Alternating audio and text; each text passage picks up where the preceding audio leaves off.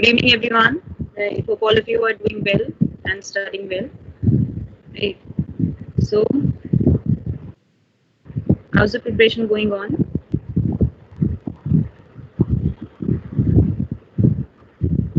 एक second.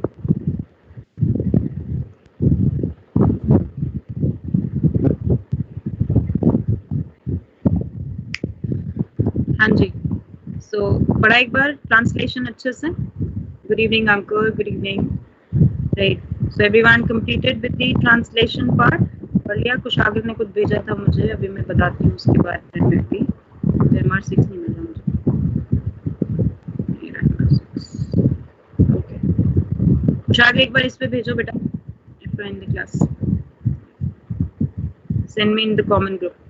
Right. MR6 वाले group पे भेजो. वो पता नहीं आपका chat कहाँ चला गया. Right. Okay everyone. Yeah, forwarded message. Fine. एक second.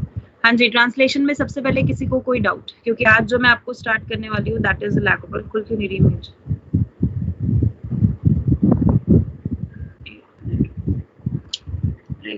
So today we are going to study a very interesting part. The plane, अच्छा plane of one base stack over another double helix.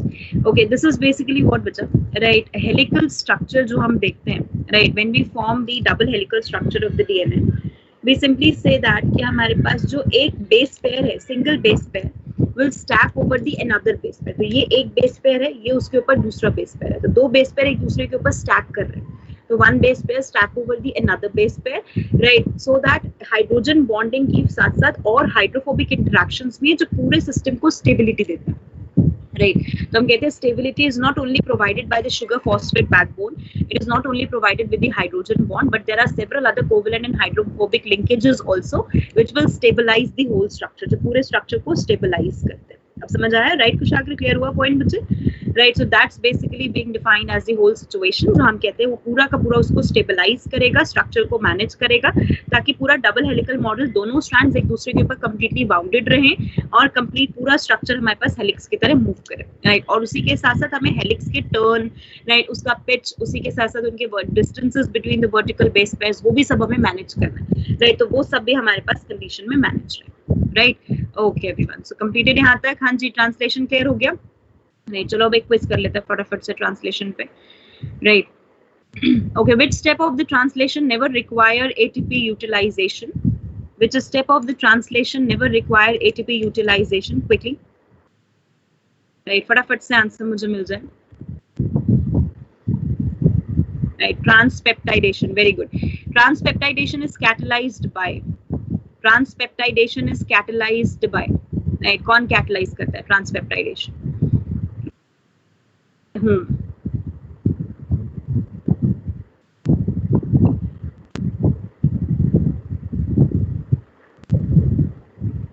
Yes. No, not IF2, Ankur. Yes, peptidyl transferase enzyme. Absolutely correct. Right. So it's going to be catalyzed by the peptidyl transferase enzyme. हमारे पास catalyze करेगा इसको, which is going to be the enzyme called 23S rRNA और 28S rRNA हम define करते हैं. बिल्कुल ठीक है. Right. Okay. Now, if we will take a differences in the prokaryotic and eukaryotic translation, right? What are the major differences which are going to be present? फटाफट से. What are the major differences which are going to be present? If we take a differences in between the prokaryotic and eukaryotic translation में अगर हम difference लेके चलें, right? तो हम main difference क्या लेके चलेंगे इसके अंदर?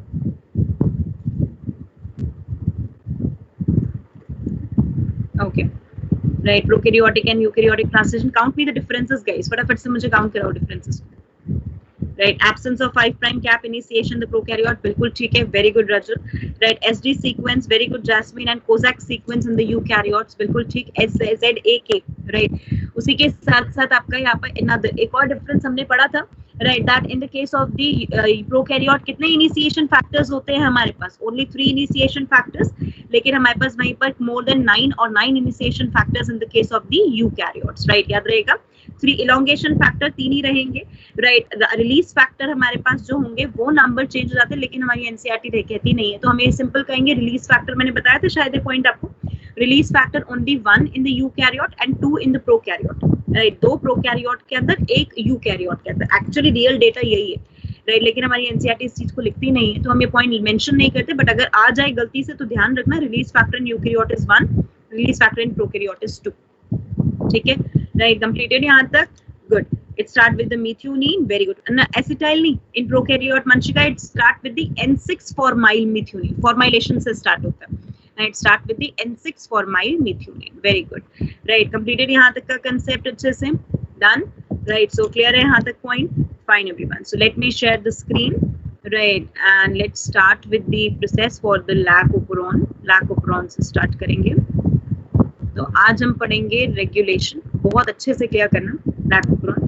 फिर मेंडलिज्म के भी क्वेश्चंस करने हैं आज कुछ, and then we will talk about this. Okay everyone. Yes, so let's talk about the lactoperon part. एक सेकंड जरा मैं पेन कलर ले लूं.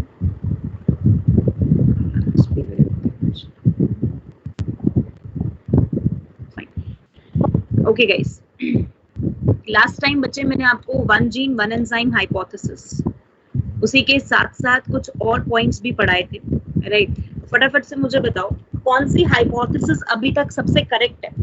Which is the one which is correct till now, which explains the exact point of the gene expression.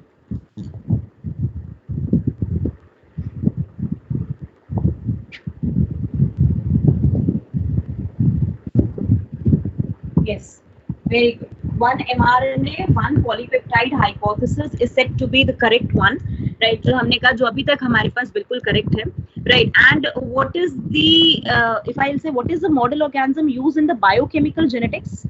What is the model organism used in the biochemical genetics? Model organism Neurospora crassa. ये हमने 11th में ही पढ़ा था ना. Neurospora crassa is going to be used. Why? Because Neurospora crassa is being the one जो actual में हमारे पास राइट मेन है, जिसमें हमने one gene one enzyme hypothesis को कोट किया है. ठीक है, उसी के साथ साथ हमने पढ़ा था last time constitutive and non constitutive genes. Explain करना जरा, constitutive and non constitutive gene क्या डिफरेंस था इसके बीच में.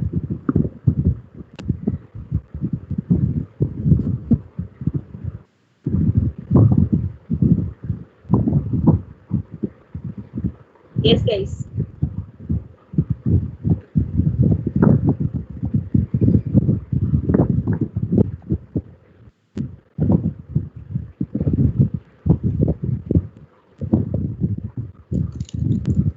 okay, we say over here, very good, right. The constitutive gene are being the one which work at every time in the cell.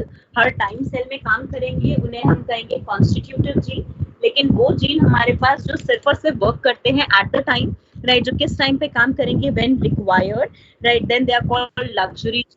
Exactly, बिल्कुल on demand हमारे पास work करते हैं. बहुत ही बढ़िया, राइट. अब यहीं से स्टार्ट करेंगे बच्चा जीन एक्सप्रेशन का regulation in the case of the prokaryote. Let's start one by one, एक एक करके इस पॉइंट को स्टार्ट करते हैं, right. Exactly, very good guys, सब पढ़ रहे हैं ना, बहुत अच्छी बात है. चलो नाउ अब आ जाते हैं हम यहाँ पर regulation of gene expression prokaryote. तो आज पहले मैं आपको प्रोकैरियोट कंप्लीट कराऊंगी, फिर कुछ न्यूमेरिक क्वेश्चन करेंगे, right, in the case of the prokaryote eukaryote के रेप्लिकेशन, ट्रांसक्रिप्शन, ट्रांसलेशन, और फिर यूकैरियोट का पढ़ेंगे रेगुलेशन. तो expression of gene regulation in complete prokaryotes we say best attend at, तो it is best attend during, किस टाइम पे करेंगे हम, ट्रांसक्रिप्शन. तो ट्रांसक्रिप्शन के टाइम पे इसे बेस्ट परफॉर्म किया जाता है. कि ट्रांसक्रिप्शन के टाइम आप इसे मॉनिटर करो, वो सबसे बेस्ट लेवल है हमारे पास. It is considered as the best level of regulation, right. Regulation का सबसे बेस्ट लेवल है जिसे हम कंसिडर करते हैं. अब मैंने कहा हम इसको कैसे लेके चलते हैं, तो वी से द वेरी फर्स्ट, अब सबसे पहला जो केस हम पढ़ने वाले हैं ना आज, और जो इस चैप्टर का और नीट का फेवरेट पार्ट है, दैट्स अ लैकोपेरॉन, राइट. बहुत ध्यान से मीनिंग क्लियर करना, राइट. और सीबीएसई बोर्ड में डायरेक्ट 5 मार्क्स का क्वेश्चन आता है पूरा बनाने के लिए, क्योंकि एनसीईआरटी ने पूरा डायग्रामेटिकली रिप्रेजेंट कर रखा है, और बस एक लाइन बाद में और लिख दी जिसमें फंसा दिया बच्चों को जो नीट के लिए प्रिपेयर करते हैं, जहां उनको वो प्रोसेस भी पढ़ना पड़ता है, राइट. तो lac operon is what actually, it is the lactose metabolising operon. इसको हमने नाम दिया लैक्टोज मेटाबोलाइजिंग ओपेरॉन. अब उससे पहले मुझे ये पढ़ना पड़ेगा कि भाई ये ओपरॉन क्या होता है, what is this operon actually, right. ये ओपरॉन क्या है? तो ओपरॉन में क्या कहती हूँ बच्चा, operon is actually being defined as a complete set of the genes, right, जो प्रेजेंट है और मेंटेन करते हैं जीन के फंक्शन को, राइट। तो we will say it is a collective set of genes having regulator gene, operator gene,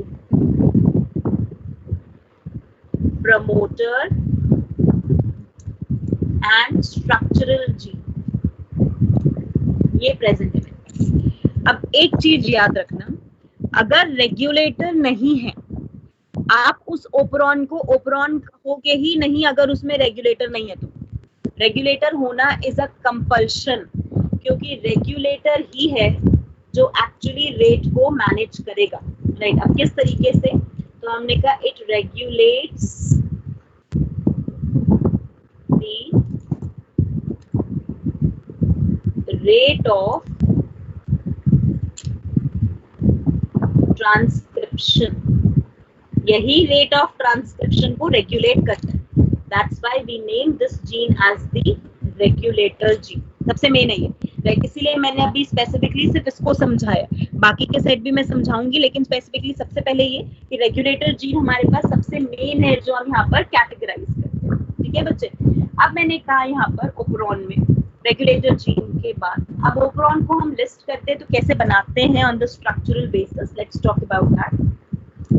मेरे पास ये सीक्वेंस डीएनए का 5 prime to 3 prime, 3 prime to 5 prime, हमने सबसे पहले एक जीन पढ़ा and this gene is called as the regulator gene. This regulator gene can either work as, बेटा ये वर्क कर सकता है दो तरीके से, as repressor gene and as activator gene. Now tell me guys, what is the repressor gene? Repressor gene हम किसे कहते हैं, जो रेट ऑफ ट्रांसक्रिप्शन को स्लो डाउन करेगा या इंक्रीज करेगा, राइट। मैं क्या कहूंगी रेगुलेटर जीन के अंदर, राइट, एब्सोल्युटली राइट। तो रिप्रेसर मेरे पास क्या हो जाएगा, which decreases the rate of transcription, किसके ट्रांसक्रिप्शन के रेट को कम करेगा, स्ट्रक्चरल जीन के ना, transcription of structural gene, that is called repressor. Activator क्या होगा, which increases the rate of transcription of structural gene, right। अब हमने कहा next one is being defined as promoter gene. अब हमारे पास आया promoter gene, it is the binding site, ये binding site है फॉर आरएनए पॉलीमरेज एंजाइम। ये RNA polymerase enzyme के लिए हमारे पास बाइंडिंग साइट, जैसे हमने नाम दिया प्रमोटर जीन, राइट। तो ये हो गया मेरे पास सबसे पहला रेगुलेटर जीन, ये दूसरा मेरे पास प्रमोटर जीन, अंडरस्टूड। अब मैंने कहा the third one is defined as operator gene, and this operator gene is binding site for activator protein or repressor protein। तो एक्टिवेटर प्रोटीन और रिप्रेसर प्रोटीन की बाइंडिंग के लिए कौन रिस्पॉन्सिबल है हमारे पास, ऑपरेटर जीन। मीन्स जो भी रेगुलेटर जीन प्रोडक्ट बनाएगा ना, वो प्रोडक्ट सॉरी कहाँ जाके बाइंड होगा मेरे पास, it will bind to the operator gene, operator gene से जाके बाइंड होगा, राइट। और मेरे पास प्रमोटर जीन जहाँ आरएनए पॉलीमरेज बाइंड करेगा। एंड इन दिस कैटेगरी ये मेरे पास क्या है, this is the structural gene, ये मेरे पास structural gene, right. Structural gene as the polycistronic structural gene, क्योंकि मेरे पास तो प्रोकैरियोट्स का है ना, तो we say it to be the polycistronic structural gene. Everyone understood यहाँ तक, ये मेरे पास सेगमेंट हो गया promoter, operator, regulator gene and complete polycistronic structural gene. We define this whole, इस पूरे को मैंने डिफाइन किया right as the operon model. ये मेरे पास आ गया पूरा operon model right. We define this complete as the operon model. अब सबको क्लियर है ओपेरॉन मॉडल अच्छे से? रिमेंबर दिस वन बेटा, operon model are not found in the eukaryotes right. Eukaryotes में नहीं मिलते. ये प्रोकैरियोट्स की प्रॉपर्टी है. यूकैरियोट में सिर्फ ईस्ट के अंदर 2-3 प्रेजेंट है, उसके अलावा नहीं है. हमारी बॉडी में भी एक ही है बस. So we will say in majority of the prokaryote, operon model is going to be present. ठीक है, right? Majority of prokaryote, rather all the prokaryote operon model is present. Operon clear हो गया सबको अच्छे से? आगे बढ़ जाऊँ अब black operon पे. Understood है यहाँ तक concept? Yes everyone? नोट हो गया? साथ साथ नोट करते जाना. जहाँ नहीं नोट होगा मुझे बोल देना बीच में. I'll hang over there, right? मैं hang up कर दूंगी वहीं पर, right? So that आपको ये पार्ट अच्छे से clear कर देना. हाँ जी बेटा, ऊपर कर देना थोड़ा. हाँ मैम ऊपर स्क्रॉल कर देना. हाँ मैं स्क्रॉल अप कर देती हूँ. नोट कर लो अच्छे से पहले, क्योंकि ये समझ जरूर आना चाहिए. बस note it down.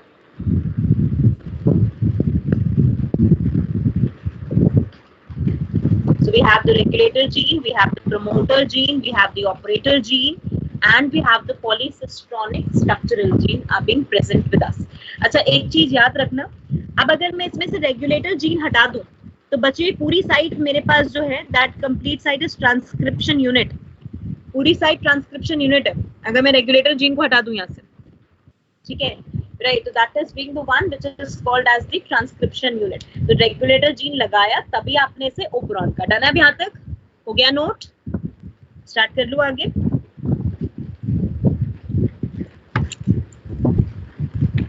And it start raining as well.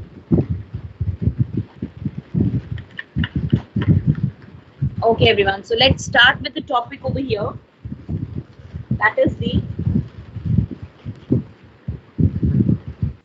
lac operon. अब ये lac operon कैसे बनता है, कैसे होता है, अब वो स्टार्ट करते हैं. Now लेबलिंग बहुत ध्यान से बेटा क्लियर करना अच्छे से इसकी. हमारे पास क्या क्या लेबल्ड यूनिट है इसमें. This is the DNA, 5 prime to 3 prime, 3 prime to 5 prime, double-stranded DNA unit, which is being present with us, right? इस double-stranded DNA unit में मैंने सबसे पहली unit Lee, then I have taken the next, then I have taken the next, and then I have taken the next. ठीक है, right? Okay everyone. So अब यहाँ पर ध्यान से इसके अंदर नेमिंग बहुत अच्छे से बस किया गया. This is called as the I gene. ये I gene है. इसके आगे इसका प्रमोटर खुद का PI. This is called P gene, which is called promoter. इसे हमने प्रमोटर का नाम दिया. इसको मैंने नाम दिया repressor gene. Now this is the O gene, that is called operator. हमेशा स्मॉल में लिखते हैं बेटा जीन का नाम, राइट? जब तक आप अभी एक नोशन बताऊंगी उसके अलावा स्मॉल में लिखोगे. And this is the category which is called as the structural gene. ये स्ट्रक्चरल जीन सेगमेंट जो है ना मेरे पास, वो 3 जीन से बनी है. It is made up of 3 genes. 3 genes एक साथ हैं इसमें. और ये 3 जीन्स कौन कौन से हैं? Let me state about that. This one, and this one. तो मेरे पास ये जो सेगमेंट बनी है, this is called as the, इसको मैंने नाम दिया है lac Z. जब मैं lac लिखूंगी ना LAC, तो मैं कैप्स लिखूंगी Z का नाम, और ये ऑर्डर यही रहेगा, चेंज नहीं होना चाहिए. lac Y, and this is called lac A. ठीक है, lac Z, lac Y, lac A, ये 3 मेरे पास हैं specific, right? Going to be responsible for as the lactose metabolism में responsible है. 3 जीन मैंने लिए structural gene. That's why I name it as the polycistronic. जिसको अब आप नाम दे सकते हो ट्राइसिस्ट्रॉनिक. ये आपके पास सेगमेंट हुई tricistronic segment, right? You just name it as tricistronic segment.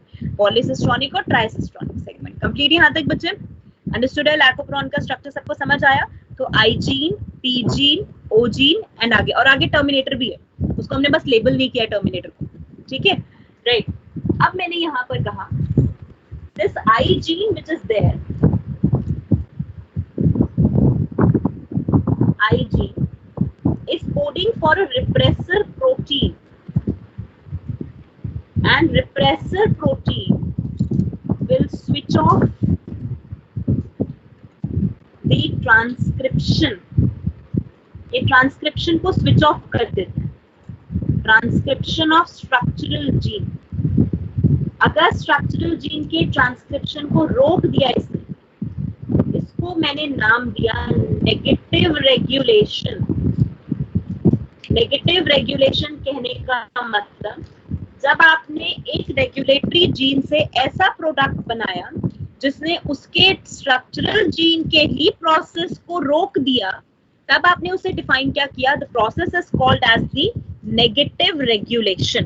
Everyone understood यहाँ तक का point? Right, we define the process as negative regulation because it is going to basically repress the protein, switch off the process of the transcription of structural gene के process को switch off कर देगा। वो start करते हैं, start करें point, noted है यहाँ तक?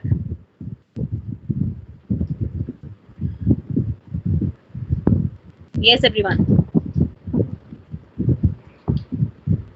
आजकल स्ट्रेंथ इतनी आती है कि क्लास में students? Yes guys, completed till here? Yes, ma'am. Done? Good. Yes. Okay. Now let's talk about this. अब आते हैं इसके नेगेटिव रेगुलेशन पे, राइट? इसका ए पार्ट यही हम प्रूव करेंगे, negative regulation. And this negative regulation occur when lactose concentration is low. ये मैं भी समझाऊंगी पॉइंट, अभी ये नोट करो बस, राइट? जब मैं लैक्टोज के इफेक्ट पे आऊंगी तब मैं आपको ये बताऊंगी इसमें आप क्या लेके चलते हैं। देखो we say over here we have, this is the whole process for double stranded DNA। ये मेरे पास है आई जीन, ये आई जीन का प्रमोटर किया, इस प्रमोटर पे बाइंड हुआ हमारे पास आरएनए पॉलीमरेज, ठीक है? इसका अपना प्रमोटर है। आरएनए पॉलीमरेज ने इस आई जीन का किया ट्रांसक्रिप्शन। ध्यान से ये कंसेप्ट समझना, इसने क्या ट्रांसक्रिप्शन, ट्रांसक्रिप्शन करके इसने बनाया यहाँ से इसका एमआरएनए, ठीक है? एमआरएनए से इसका हुआ ट्रांसलेशन, एंड ट्रांसलेशन करके इसने प्रोटीन बना दिया which is called as the repressor protein। एक प्रोटीन बन गया repressor protein, ठीक है बच्चे? repressor protein is being formed। अब हमने कहा आई जीन के आगे यहाँ प्रेजेंट है मेरे पास बी जीन, ये मेरे पास ओ जीन, ये मेरे पास जेड वाई ए, ठीक है? अब इसमें प्रोसेस कैसे चलता है? 5' 2' एंड 3'। जनरली होता क्या है बेटा, आरएनए पॉलीमरेज अब प्रमोटर पे बाइंड करता है। अभी रिप्रेसर क्या करेगा वो समझाऊंगी, पहले समझना फिर नोट करना। आरएनए पॉलीमरेज यहाँ बाइंड हुआ, on the binding of RNA polymerase it initiated with the transcription, इसने इसका ट्रांसक्रिप्शन शुरू कर दिया, ठीक है? तो ये मेरे पास जो स्ट्रक्चरल जीन की सेगमेंट है उसका मैंने यहाँ पर ट्रांसक्रिप्शन इनिशिएट कर दिया, यहाँ हुआ इसका बेसिकली ट्रांसक्रिप्शन। ट्रांसक्रिप्शन अगर हुआ तो ट्रांसक्रिप्शन होने के बाद हमारे पास ये पॉलीसिस्ट्रॉनिक एमआरएनए, 3 एमआरएनए तो नहीं बनेंगे, एक ही एमआरएनए बनेगा, तो ये पॉलीसिस्ट्रॉनिक एमआरएनए बन गया, जिसके अंदर मेरे पास ये Z की सेगमेंट, ये Y की सेगमेंट और ये A की सेगमेंट आ गई, राइट? अब मैंने कहा यहाँ से मैंने कराया ट्रांसलेशन, एंड जैसे ही ट्रांसलेशन हुआ तो मेरे पास 3 एंजाइम्स फॉर्म हो गए, 3 enzymes E1, E2, E3, 3 enzyme form हो गए E1, E2, E3। जहां पर लैक जेड ने फॉर्म किया E1, लैक जेड ने सिंथेसिस की E1 की, and E1 is called beta galactosidase enzyme. कौन सा एंजाइम है बेटा? Beta galactosidase enzyme, right. अभी कैसे वर्क करते हैं दैट वी विल डू, अभी हम करेंगे। लैक वाई ने कोड किया E2 की synthesis, and E2 is the one which is called permease enzyme, and lac A ने कोड किया E3 की synthesis, and E3 is called as the wait transacetylase enzyme, ठीक है। तो मैंने कहा अगर मेरे पास आरएनए पॉल बाइंड करेगा तो ट्रांसक्रिप्शन होगा, राइट। ट्रांसक्रिप्शन करने के बाद पॉलीसिस्ट्रॉनिक एमआरएनए बनेगा। पॉलीसिस्ट्रॉनिक एमआरएनए जो बना उसका ट्रांसलेशन हुआ, ट्रांसलेशन होने के बाद 3 एंजाइम्स आ गए, राइट। सिंपल सी बात है, 3 एंजाइम आएंगे क्योंकि 3 मेरे पास सिस्ट्रॉन है, तो 3 enzyme as a 3 polypeptide, I can say 3 polypeptides, right. अब ये जो 3 पॉलीपेप्टाइड्स आई मेरे पास E1, E2, E3, जहां मैंने ये डिफाइन कर दिया कि E1 is coded by lac Z, E2 is coded by lac Y, E3 is coded by lac A। समझ आ गया बच्चा सबको यहाँ तक का पॉइंट? डन है। अब हमारे पास ये काम होना चाहिए, ठीक है, this has to be done, but actually होता क्या है, right. The point is this, what actually done, होता क्या है हमारे पास इसके प्रोसेस में। तो अब हम वो चीज देखते हैं, बहुत ध्यान से यहाँ पर क्या करना। This repressor protein is a tetrameric protein, right? This repressor protein is what? It's a tetrameric protein. इस tetrameric protein के पास ना ये 2 सेगमेंट हैं which are called operator binding unit. ये 2 यूनिट कौन सी है? ऑपरेटर बाइंडिंग यूनिट, इसे हम कहते हैं ऑपरेटर बाइंडिंग यूनिट। ये 2 यूनिट्स हैं which are called inducer binding unit, right? अब होता क्या है, जैसे ये रिप्रेसर बनते हैं, see over here, जैसे ये रिप्रेसर बनते हैं, रिप्रेसर के बनते ही बेसिकली क्या हो जाता है मेरे पास, once the repressor is being formed, repressor जाके ऑपरेटर से बाइंड कर जाता है। Repressor go and just went and bind to the operator, ये ऑपरेटर से जाके बाइंड हो जाएगा। अब जैसे ही रिप्रेसर ऑपरेटर से बाइंड हो गया, राइट, अब यहाँ पर देखना, इसमें हमने कहा repressor will bind to the operator, right.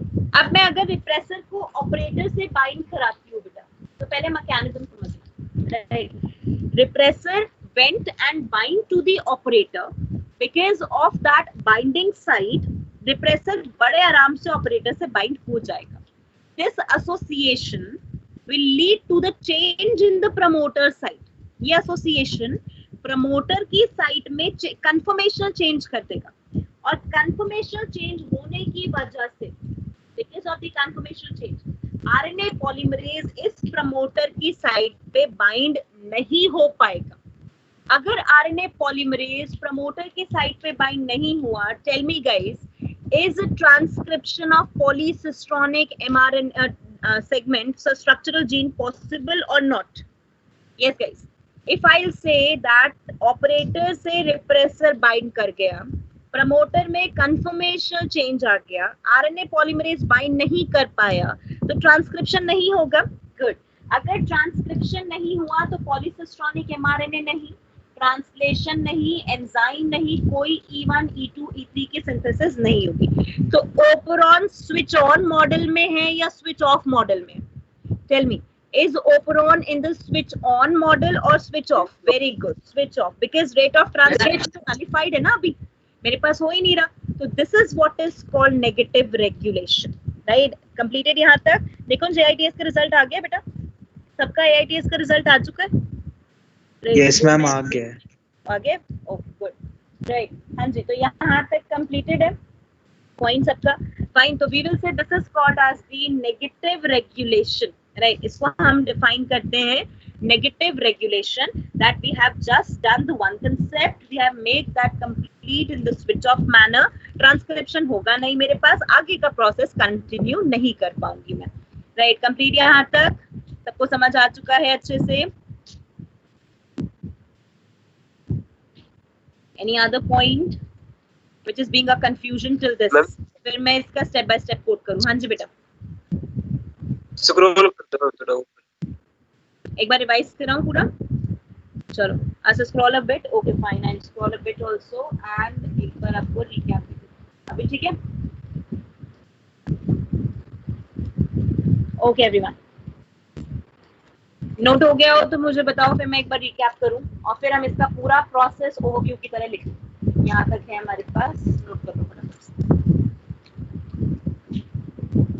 Trans acetylase, actually नाम थायो ट्रांस एसिटाइलेज. हमारी एनसीईआरटी ट्रांस एसिटाइलेज लिखती है, तो हम भी ट्रांस एसिटाइलेज लिख देते हैं.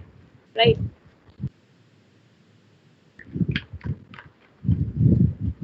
Everyone completed? यहाँ तक का task done. Very good. Okay guys, now what we say. अब देखो हमने इसका प्रोसेस क्या कहा. अब मैं इसमें नीचे लिख रही हूँ process of negative regulation.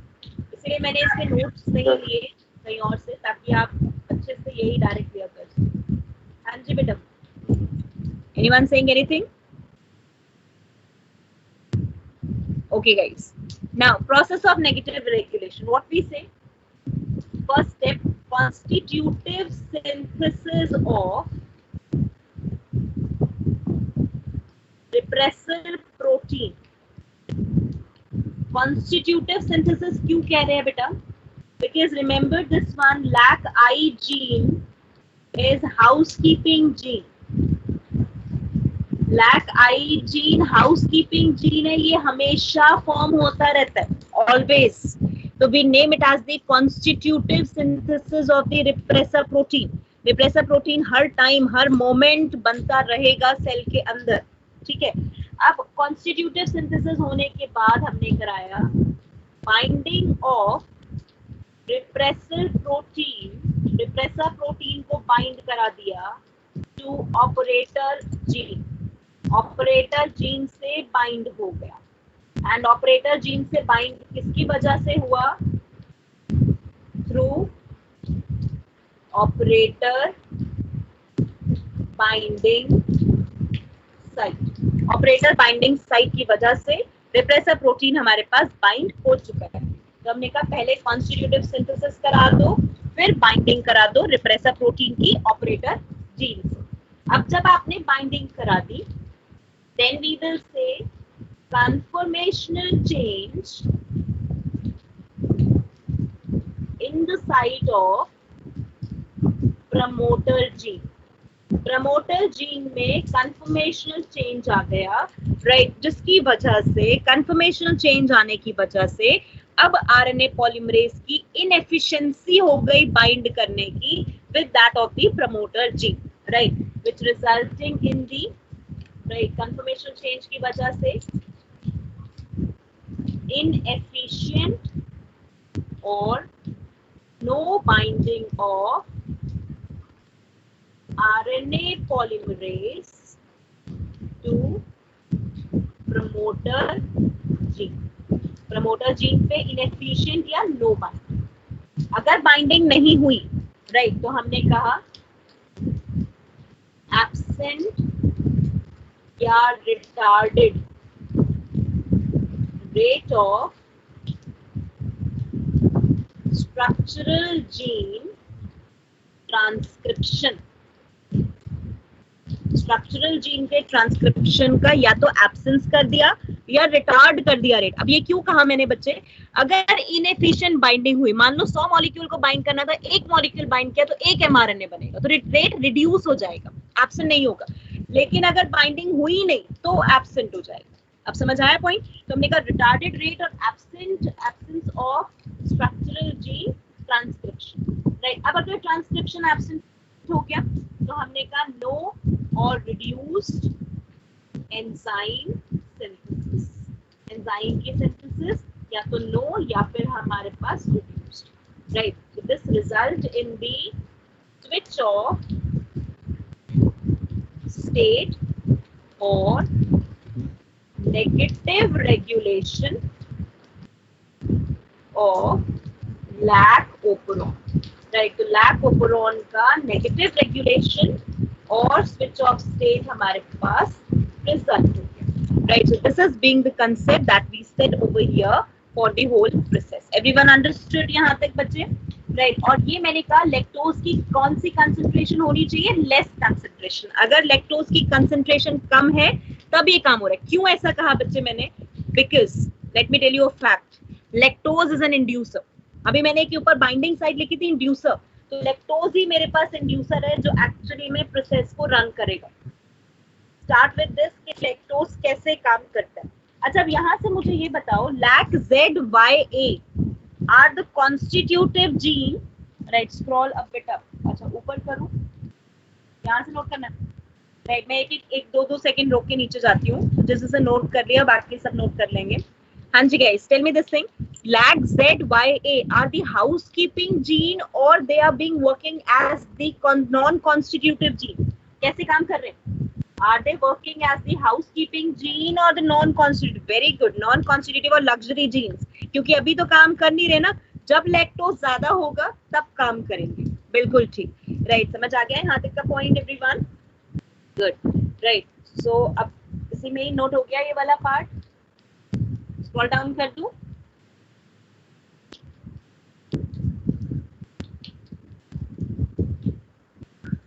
Okay everyone, noted है सबका? स्टार्ट करूं नेक्स्ट के साथ? नो मैम, एक बार रुको, एक मिनट. हाँ, नोट कर लो.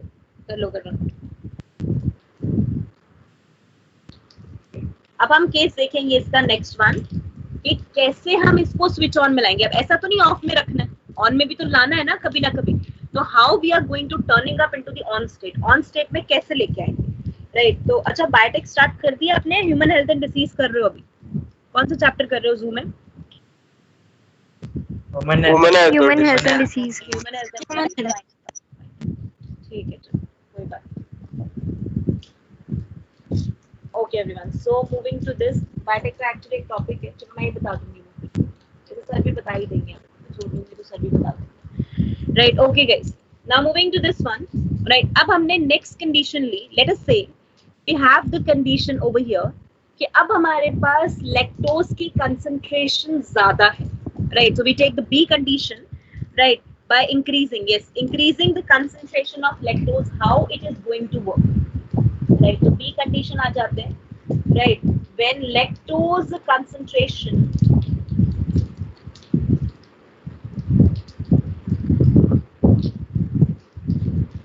is higher in external medium. External medium में अगर इसकी कंसंट्रेशन ज्यादा, नहीं पॉजिटिव नहीं जाएगा, नहीं. It is called as inducible regulation. इसे हम कहते हैं इंड्यूसिबल रेगुलेशन. ध्यान से समझना पहले, और कोई भी आउटकम खुद बनाने की जरूरत नहीं है, ठीक है? थोड़ा सा कॉम्प्लिकेटेड है तो ध्यान से समझना इस चीज को. इंड्यूसिबल रेगुलेशन कैसे हमने इसे डिफाइन किया. हेडिंग नोट हो गई है?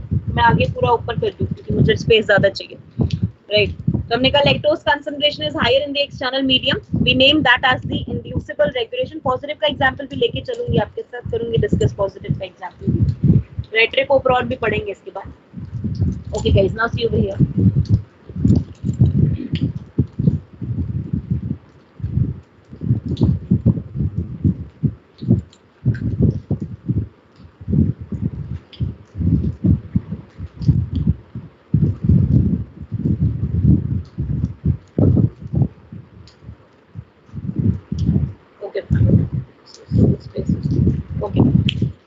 Now moving to this one. अब देखो ध्यान से यहाँ पर, राइट? एक एक चीज ध्यान से देखते जाना, नोट करते जाना, साथ साथ पहले समझना अच्छे से, राइट?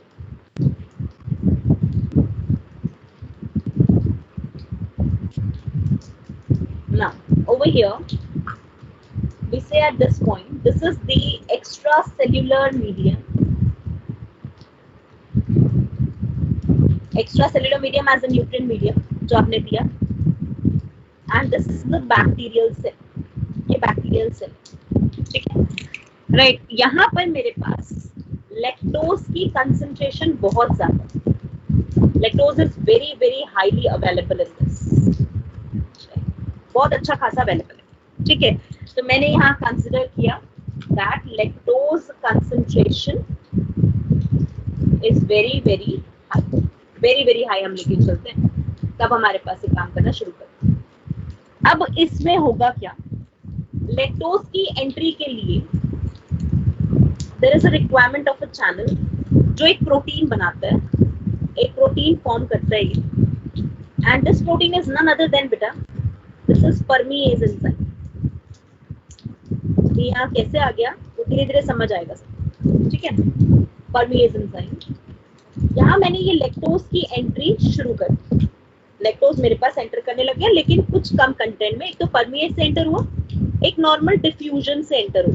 डिफ्यूजन से क्योंकि बहुत स्लो होता है डिफ्यूजन, तो बहुत धीरे धीरे कम अमाउंट में एंटर हुआ, और कुछ मेरा ये परमेज की वजह से एंटर हो गया, ठीक है। वेरी स्मॉल कंटेंट, लेकिन हाँ एंटर हुआ, राइट।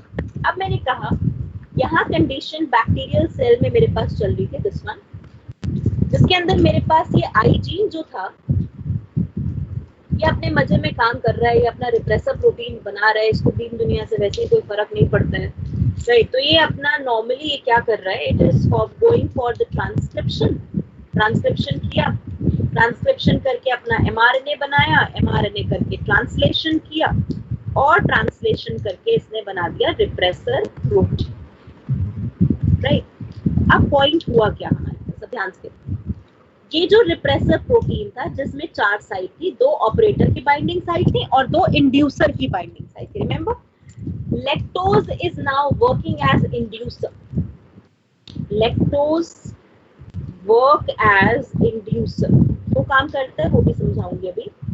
लैक्टोज इंड्यूसर की तरह काम किया और ये यहाँ जाके बाइंड हो, lactose will bind and form inactive repressor,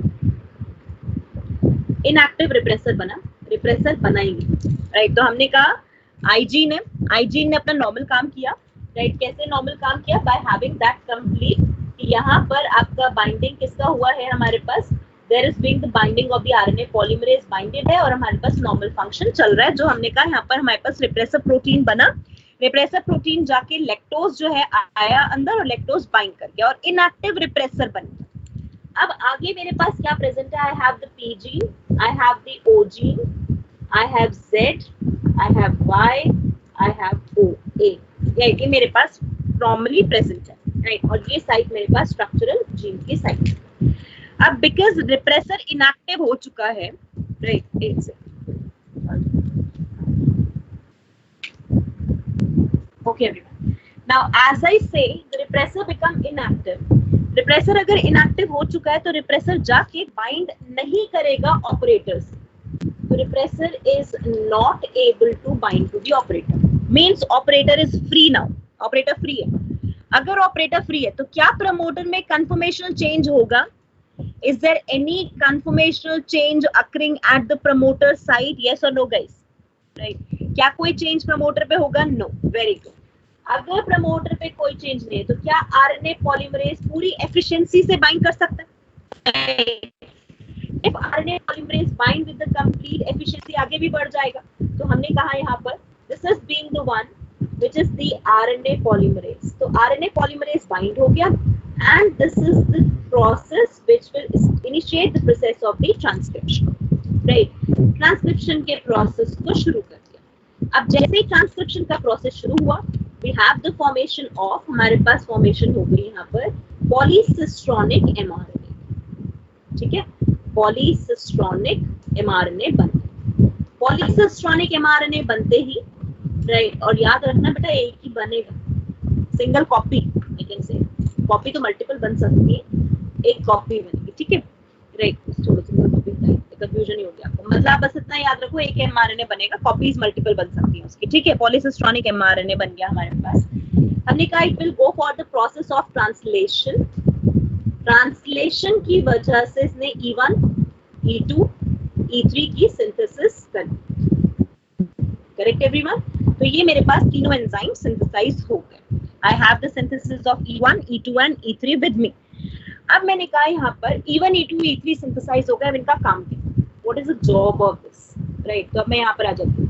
अच्छा, आप सबसे पहले मुझे ये समझाओ, क्या ये ओपरॉन अब स्विच ऑफ स्टेट में है या स्विच ऑन स्टेट में, is this operon under the switch of, very good, switch on, right. तो हमने कहा this is being the one which is called switch on state, right. अगर ये मेरे पास बेटा स्विच ऑन स्टेट में है तो अब मेरे पास ये सिस्टम इंड्यूसर की वजह से ऑन हुआ ना। Can I name it as a inducible system? I have inducing that to make it on. मैंने इंड्यूस किया, पॉजिटिव रेगुलेशन तो नहीं है ना, राइट। हमने कहा, हमने क्या कहा है इसको, इंड्यूस किया, we have just induce the system to make it on, fine, right, good. अब मैंने कहा यहाँ पर ये जो E1 E2 E3 है, अब ध्यान से देखना, E1 is beta galactosidase enzyme. ये एंजाइम अब करता क्या है, राइट, कैसे लैक्टोज का मेटाबॉलिज्म ही कैटलाइज करते हैं। हमने कहा लैक्टोज अंदर आया, सेल लैक्टोज को तो यूज कर नहीं सकता, and everyone if remember lactose is a galactoside, right. Lactose का ब्रेक डाउन करता है E1 एंजाइम, इसका ब्रेक डाउन होगा, सल्यूबलाइजेशन होगा, और ब्रेक डाउन होके हमारे पास बन जाएगा गैलेक्टोज प्लस ग्लूकोज, ठीक है। E1 का काम समझ आया। तो लैक्टोज को हमने ब्रेक डाउन करा दी, बिकॉज लैक्टोज इज डाइसैकेराइड ना, made up of galactose and glucose, right. तो गैलेक्टोज ग्लूकोज ब्रेक हो गया मेरे पास। अब ये गैलेक्टोज ग्लूकोज बैक्टीरिया में जाएंगे कहाँ, तो this galactose and glucose enter in the process of the cellular respiration. Remember guys, cellular respiration में एंटर हुए, वही एक प्रोसेस हुआ जिस called as the glycolysis. Glycolysis करके सिंथेसिस हो गई पायरुविक एसिड। अब हम बनाते हैं पायरुविक एसिड से एसिटाइल कोएंजाइम। अब 11th अगर याद आ रही हो तो ये हमने पढ़ा हुआ है, पायरुविक एसिड से एसिटाइल कोए। पायरुविक एसिड से जब मैं एसिटाइल कोए बनाती हूँ तो यहाँ एक रिएक्शन चलती है, remember guys, link reaction, and this link reaction is done by pyruvate dehydrogenase enzyme, right. Remember pyruvate dehydrogenase enzyme, जिसमें 3 एंजाइम काम करते हैं। अब थोड़ा सा अगर याद आ रहा हो तो मुझे याद दिलाओ थोड़ा यहाँ पर, ताकि मुझे भी याद आ जाए, राइट, कि हमने यहाँ पर पायरुविक एसिड को जब एसिटाइल कोए में चेंज किया तो we have used an enzyme called pyruvate dehydrogenase, and pyruvate dehydrogenase is a mix of the 3 enzyme. 3 enzyme का मिक्स है। कौन कौन से 3 एंजाइम है जिनका मिक्स है वो, right, what are the 3 enzyme which is a mix of the pyruvate dehydrogenase? थोड़ा सा याद करने की कोशिश करो, राइट। 11th मैंने कहा था साथ साथ रिवाइज करते रहना। What is that? कौन से 3 एंजाइम का मिक्स है हमारे पास, right? Let me see who will remember, right. अच्छा, एसिटाइल कोए के साथ निकलता क्या है बाहर, अब याद आ जाएगा। एसिटाइल कोए के साथ क्या बाहर निकालते हो, CO2 निकालते हो बाहर, राइट, रिलीज आउट करते हो CO2 को। तो एंजाइम कौन सा हो गया, डीकार्बोक्सिलेज ट्रांस एसिटाइलेज डिहाइड्रोजनेज, और वो ट्रांस एसिटाइलेज कौन सा, E3 जो यूज हो रहा है, ठीक है। तो एसिटाइल कोए बनाने के लिए हम यूज किसको कर रहे हैं, E3 को, राइट। तो E3 is using as the part of, ये किसका पार्ट बना, part of pyruvate dehydrogenase, and this particular acetyl CoA then enter in the Krebs cycle, और फिर Krebs cycle में enter होके ETS करके it form the final ATP. This is called as the lactose catabolism. से हमने कहा lactose catabolism. Understood everyone? सबसे पहले लैक्टोज को ब्रेक किया, लैक्टोज की जो 2, वेरी गुड, एब्सोल्युटली कुशाग्र, बिल्कुल सही। अब देखो यहाँ ट्रांस एसिटाइलेज लिखा ना, this transacetylase is provided as E3 enzyme only. Transacetylase E3 की तरह ही हमने प्रोवाइड किया। अब समझ आया कांसेप्ट सबको, right? So that is what we have used over here, कि हमने पायरुविक एसिड से एसिटाइल कोए बनाया और ऑटोमेटिकली ATP बना दिया। अच्छा, लैक्टोज की एंट्री किसने कराई थी, हमें डायग्राम में दिखाता हूं। लैक्टोज की entry, right, permeability of lactose inside the cell, right, permeability of lactose inside, very good, E2. So it is being done because of the E2, like E2 is called permease enzyme. अब समझ आ गया सबको point, right? तो अब वापस से पूरा समझते हैं एक बार लैक्टोज कैटाबॉलिज्म, फिर ऊपर वाले डायग्राम पे जाती हूँ, राइट। आई से ओवर हियर हमने कहा लैक्टोज की एंट्री अंदर कराने के लिए हमारे पास काम कर रहा है परमेज, राइट। जब परमेज ने एंट्री करा दी तो लैक्टोज को ब्रेक करने का काम कौन करेगा हमारे पास, right? That broke down has been done with the help of the beta galactosidase, right फिर उसके बाद जब उसे सेल्यूलर रेस्पिरेशन में लेके जाना है और उसे एटीपी काउंट बढ़वाना है, क्योंकि एरोबिक कराना है, तो एरोबिक कराने में फैसिलिटेट कौन करेगा? Transacetylase enzyme, right. तो we say this is being the one system, right, जो हमने कहा हमारे पास आईजीन। अब साथ साथ नोट करते जाओ, देखो यहाँ से मैंने स्टार्ट किया था, राइट। आईजीन मेरे पास वंस अगेन एक बार रिकैप कर लेते हैं। आईजीन मेरे पास है बेटा जो कॉन्स्टिट्यूटिवली एक्सप्रेसिंग है, which is expressing every time in the cell and forming the repressor protein. But as the lactose concentration is very, very higher in the outer medium, it will enter inside with a very low amount of the permease or may get entered by the diffusion, right? Because of that, because of its entry by the diffusion, right, it will lead to the process that lactose will bind to the repressor protein at the inducer binding site. Because of the binding at the inducer binding site, we will say repressor become inactive, because lactose cause conformational change in the repressor protein at the site of the operator binding site, and because of the conformational change, that particular repressor is not able to bind to the operator, right? Because of its inability to bind to the operator, promoter conformational change didn't occur. Promoter is set free for the entry of the RNA polymerase, and it will continue with the transcription of the ZYA. As ZYA prolong for the whole transcription, it formed the polycistronic mRNA. This polycistronic mRNA which is being formed, it undergoes the process of the translation, and on translation forming the three enzymes as E1, E2, E3. Soon that E1, E2, E3 start the process. As increasing the concentration of E2, permease form the more and more type of the extrinsic protein. Permease is the type of extrinsic protein on the cell membrane, beta. This extrinsic protein bind over there and increases the permeability at a very higher rate. Lactose is there inside the cell. Now the operon always remain in the switch on mode until unless lactose is not completely utilized. जब तक lactose पूरी तरीके से utilise नहीं हो जाएगा. Lactose as move inside, E1 will go for the process of the breakdown, forming the galactose and glucose. This galactose and glucose are going to enter in the process of the cellular respiration, process the ATP. Bacteria is getting the energy and everything is going to get settled up. Right? Understood? यहाँ तक आपको समझ आ गया है बच्चा? पूरा लैकोप्रोन. अच्छा, अगर अब मैं लैकोप्रोन को कहूँ, can I name the lactoferrin is a negative inducible regulation? Yes, guys, tell me. Can I state lactoferrin is negative inducible regulation? Yes or no? Right. Why we say is negative inducible? क्यों कह रहे हैं? बताओ मुझे answer. Negative inducible क्यों? पहले negative है हमेशा. खुला कब? जब लैक्टोज आया. राइट, तो नेगेटिव है, लेकिन इंड्यूस किसने करा? लैक्टोज ने. तो lactose is called as the natural, क्या कुछ नहीं हुआ बेटा? Negative inducible, right. Okay, negative inducible हम क्या कहते हैं बच्चे? राइट, नेगेटिव इंड्यूसिबल का मतलब that this operon, lac operon is naturally in the negative regulation due to that lac gene, due to that repressor protein. Fine. Now, as it is in the negative regulation, it will get induced to be open because of the inducer. Inducer allow its opening. Inducer allow its switch on mode. Inducer allow its increase in the rate of transcription of the structural gene. That's why we name the whole system as negative inducible regulation. Clear? Yes, now clear? Everyone understood? सबको समझ आया? NEET 2019, 17, 15, 14 regular year repeated question lac operon पे जो मैं भी कराने वाली क्या क्या आते हैं, राइट. बहुत अच्छे से क्लियर रखना है ये बात.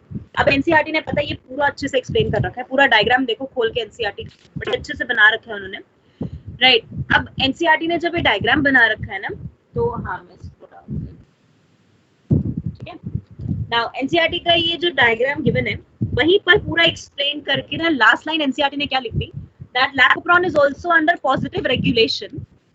Lac operon is also under positive regulation which you will study in the later classes, right. अब बस वहीं डाल के ना, राइट, उस पे फुल स्टॉप लगा दो, और that become a complicated statement for you guys, because later classes में वो क्वेश्चन नीट में पूछ लेते हैं. ठीक है, तो अब वो रेगुलेशन भी हमें पॉजिटिव पढ़ना पड़ेगा. डिटेल नहीं पढ़ाऊंगी मैं, उसकी पूरी डिटेल नहीं पढ़नी आपको, क्योंकि बहुत कॉम्प्लेक्स प्रोसेस है, राइट. उसका सिर्फ एक वो जिसपे क्वेश्चन पार्ट आता है वो पार्ट पढ़ेंगे. ठीक है, राइट। तो अब अगर क्लास में बैठे होते तो अभी सब हंस रहे होते, मैम एनसीईआरटी कहाँ तो कुछ भी नहीं लिखता, कहाँ तो बहुत कुछ लिख देता है ना। राइट, तो वही पार्ट बस एक एनसीईआरटी में राइट लिखा हुआ है, that I am missing this thing. Right, यही चीज मैं मिस कर रही हूँ ऑनलाइन में, कि मुझे आप लोग दिख नहीं पा रहे हो।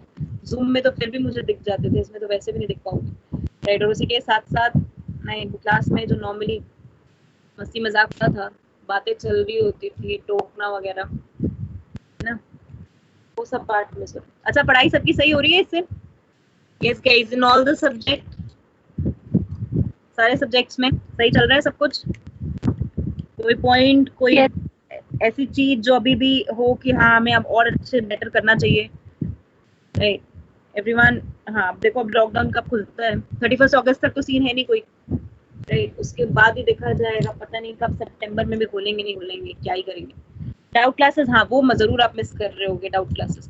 अभी तो मैं भी आपके आंसर नहीं कर पाती हूँ राइट टेलीग्राम पे। Fine, doubt classes I know guys, most of the students are missing right doubt classes, क्योंकि उसमें तो ये होता था कि I am we are available to you right, तो बीच में आके 3 to 4 का टाइम होता था आपके पास। अभी मैं वो सर से बात की है right, soon we are going to arrange something right, देखते हैं बस मेरा थोड़ा क्रैश खत्म हो जाए। गिव मी टाइम टिल 4 सितंबर राइट, 4 सितंबर तक I will be free right, क्योंकि अभी जो मेरी क्लास चलती है अभी 7 बजे आपके साथ खत्म होगी क्लास, फिर उसके बाद क्रैश वालों का डाउट शुरू होगा, और सुबह 11 से 3 क्रैश की क्लास चलती है, 2:45 राइट। तो अभी इस टाइम तो बस इतना है कि हाँ मुझे 15 मिनट ही मिलते हैं बीच में ब्रेक के राइट, अदरवाइज कंटिन्यूअस क्लासेस चल रही है राइट। तो डोंट वरी गाइस, आपके जितने डाउट्स हैं वो सब मैं सॉर्ट आउट करूंगी। आपको मेरे को क्विज भी देनी है, असाइनमेंट्स भी देनी है, everything is going to be ready for you right after 4 सितंबर राइट। 4 सितंबर तक क्रैश वाइंड अप करते हैं, फिर करेंगे आपके साथ देखा, ठीक है? हाँ जी, यहाँ तक क्लियर हुआ बच्चे? राइट, सो अब आ जाते हैं यहाँ पर जरा नेगेटिव रेगुलेशन के बाद, अब हम आ गए यहाँ पर इसमें step process of inducible regulation, inducible regulation का प्रोसेस।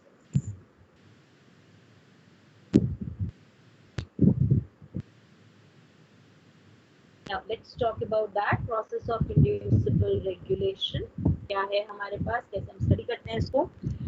ओके, जो अभी स्टेप्स का ही वही स्टेप्स लिखने हैं फ्लो चार्ट में राइट, क्योंकि लैंग्वेज में मैं नहीं लिखवा रही आपको, स्लाइड मैंने नहीं बनाई है इसकी, तो I just taken up as a flow chart manner. तो प्रोसेस ऑफ इंड्यूसिबल रेगुलेशन हमने सबसे पहले क्या कहा? Entry of lactose inside the cell through diffusion or permease activity bracket mediated by allolactose। अभी समझाऊंगी, डोंट वरी अबाउट इट, एलोलैक्टोज पे भी मैं आऊंगी।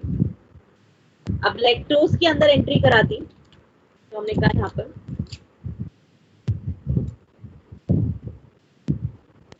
binding of lactose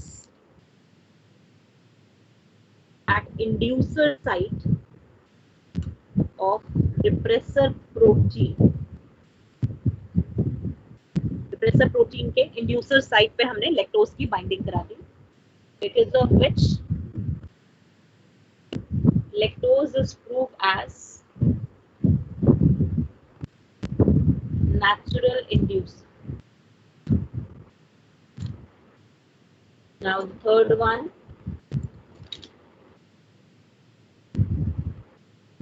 change in conformational site of operator binding unit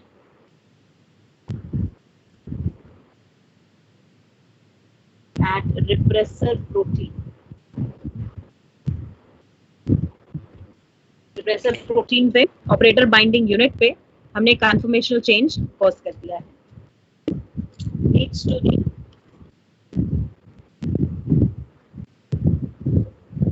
inactivity of repressor protein, that is inability to bind to operator। ठीक है, scroll up करूं, देख लो, यहाँ पे पॉइंट नोट करो फटाफट से, चार फिर आगे बढ़ूँ मैं, फिर एलोलैक्टोज का भी कंसेप्ट समझाती हूँ।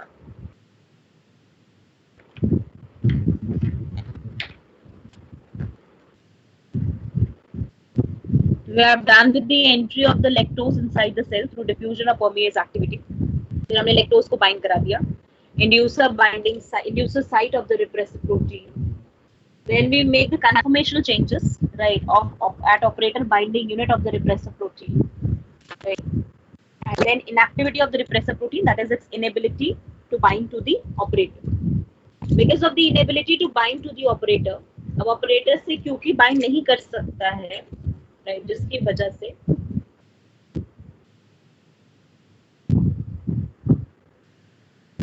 transcription and translation of structural gene का ट्रांसक्रिप्शन और ट्रांसलेशन हो गया थ्रू RNA polymerase के थ्रू हमने करा दिया. Because of transcription and translation, we go for enzyme synthesis and lactose catabolics. This is called as the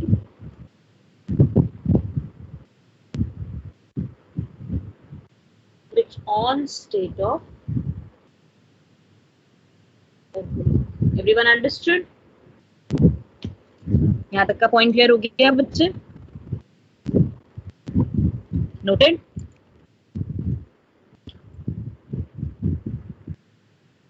Yes, good, very good, right. सबका note हो चुका है यहाँ पर, right. अब लिखो इसे में स्टार मार्क करके पॉइंट जरा लिखो. Lacoperon is considered as, write a point guys.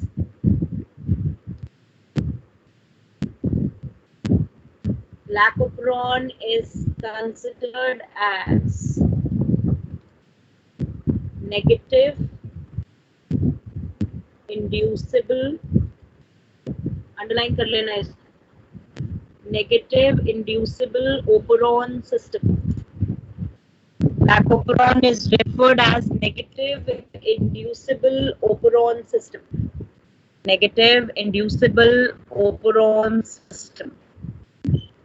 Inducible operon system because normally it remain in negative regulation. Normally it remain in negative regulation. Remain in negative regulation through LAC-I gene. Normally it remain in negative regulation through LAC-I gene, but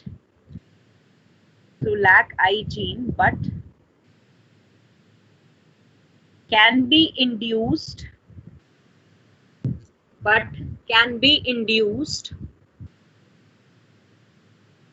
for enzyme synthesis,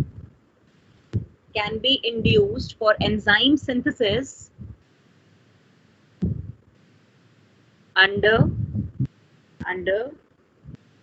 high concentration of lactose. Under high concentration of lactose. High concentration of lactose.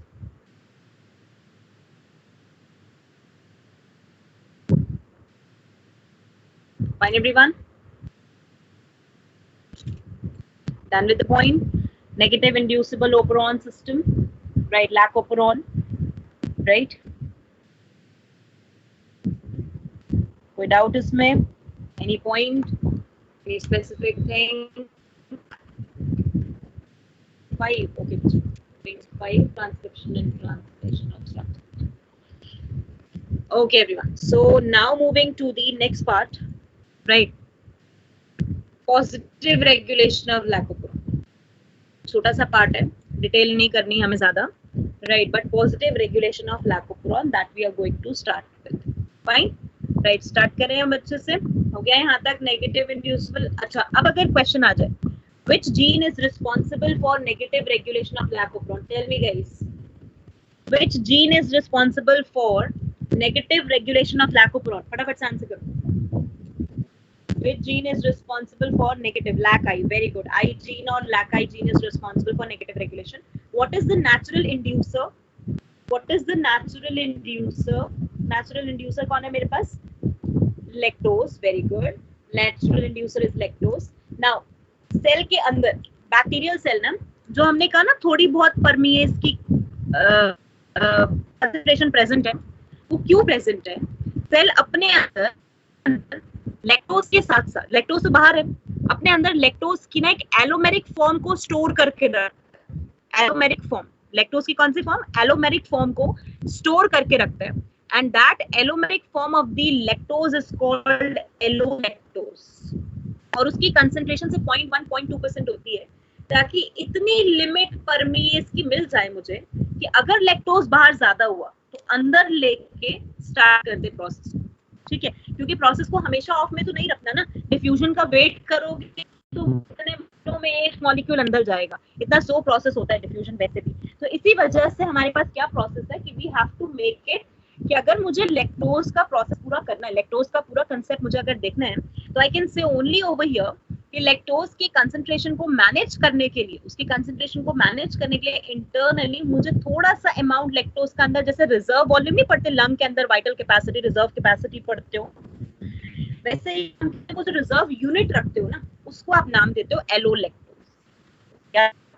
Right, तो एलोलैक्टोज का reference कहीं mention, अगर question आ जाए, ध्यान रखना NEET का question है, अगर क्वेश्चन आ जाए कि what is an inducer of lac operon, option में एलोलैक्टोज भी हो, आंसर वो नहीं होगा. आंसर लैक्टोज ही होगा in any of the condition. ठीक है, in any of the condition, remember this one. Right, now moving to the positive regulation of lac operon. अब आ जाते हैं पॉजिटिव रेगुलेशन. कोई लेना देना पॉजिटिव का नेगेटिव इंड्यूसिबल से नहीं है, ध्यान रखना. Right, so moving to the positive regulation of lac operon, और इसकी कंडीशन भी अलग है.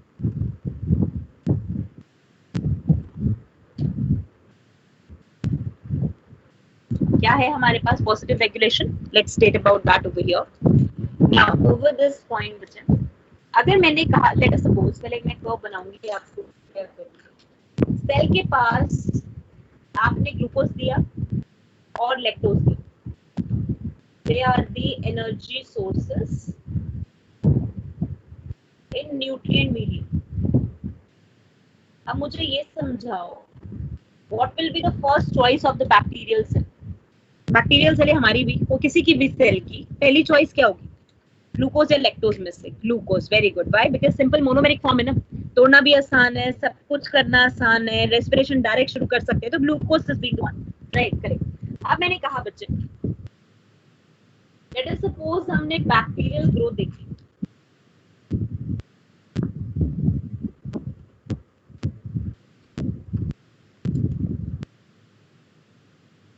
और यहाँ पर न्यूट्रिएंट कंसंट्रेशन. ओके, नाउ अब मैंने कहा यहाँ पर, मान लो मेरे पास बैक्टीरियल ग्रोथ यहाँ से स्टार्ट हुई, यहाँ मेरे पास कंसंट्रेशन आई इस पॉइंट पे. अब न्यूट्रिएंट कंसंट्रेशन का कर्व ध्यान से पढ़ना. This is the A point. It is the point when the glucose is maximum, बहुत हाई है, and lactose is also very very high. ठीक है, ये बैक्टीरियल ग्रोथ मेरी इस पॉइंट पे जाके रुक गई. एट दिस पॉइंट, जहां मैंने ये बी पॉइंट कहा, वे ग्लूकोज मेरे पास नील कंसंट्रेशन में चला गया और लैक्टोज मेरे पास अभी भी हाई है. ग्लूकोज बहुत मिनिमम हो गया, नलिफाइड हो गई वैल्यू, बहुत कम हो गया, क्योंकि बैक्टीरियल सेल ने ग्लूकोज यूज कर लिया. अब बैक्टीरियल सेल क्या करेगा? अपने आप को स्टेशनरी फेज में डाल देगा या फिर से ग्रोथ शुरू कर लेगा? टेल मी गाइस, इस bacterial cell is starting the growth again और it will enter in the stationary phase. सबको पता है ना, S shaped curve, lag phase, log phase. Right, तो अब मुझे यहाँ पर बताओ, बैक्टीरियल सेल को क्या करना चाहिए? Should bacterial cell enter in the stationary phase और it should continue the growth by utilising the lactose, क्योंकि लैक्टोज अभी अवेलेबल है उसके पास. राइट, लैक्टोज वो भी हाई कंसेंट्रेशन में अवेलेबल है, तो उसको अब लैक्टोज को यूटिलाइज करना चाहिए या फिर वो स्टेशनरी फेज में एंटर कर जाए।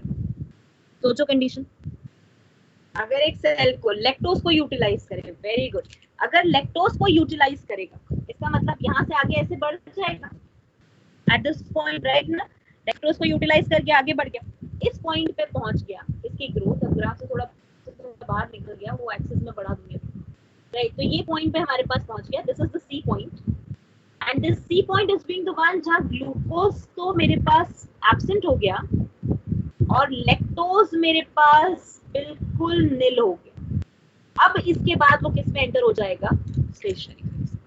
अब समझ आया पॉइंट स्टेशनरी, राइट, अगेन मैं एक्सप्लेन करूं, इस पॉइंट को देखो यहाँ पर रख दो बड़ा, प्लीज से ओवर हियर, हमने कहा this is the growth phase 1, ये फर्स्ट ग्रोथ फेज है, ये सेकंड ग्रोथ फेज।